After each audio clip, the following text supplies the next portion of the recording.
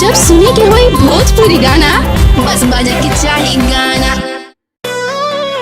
हमारी आनावा फुलाइले बात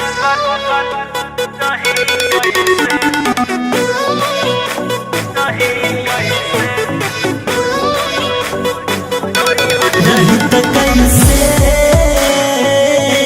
सही त कैसे रही त कैसे सही त कैसे सखी दिलावा के बतिया कहीं कैसे दुख होला बर्दाश्त न सही कैसे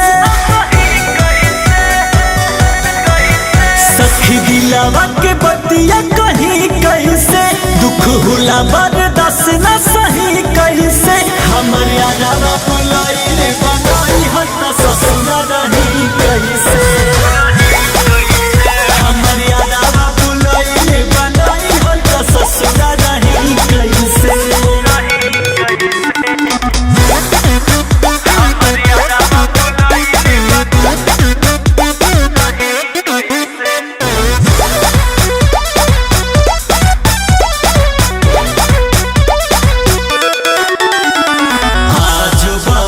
कर प्यार के असर दिल में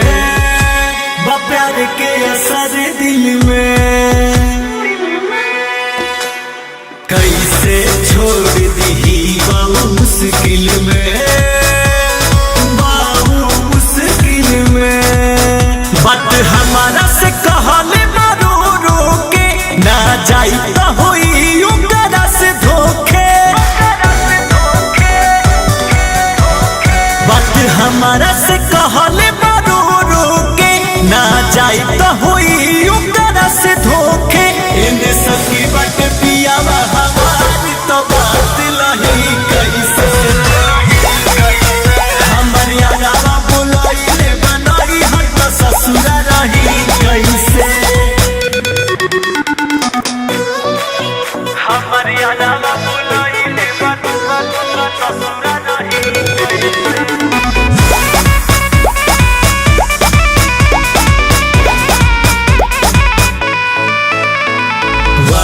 कसम हम कैसे भुला जाई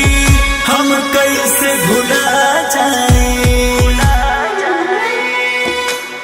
पियावा से खुल के कहियो न पाई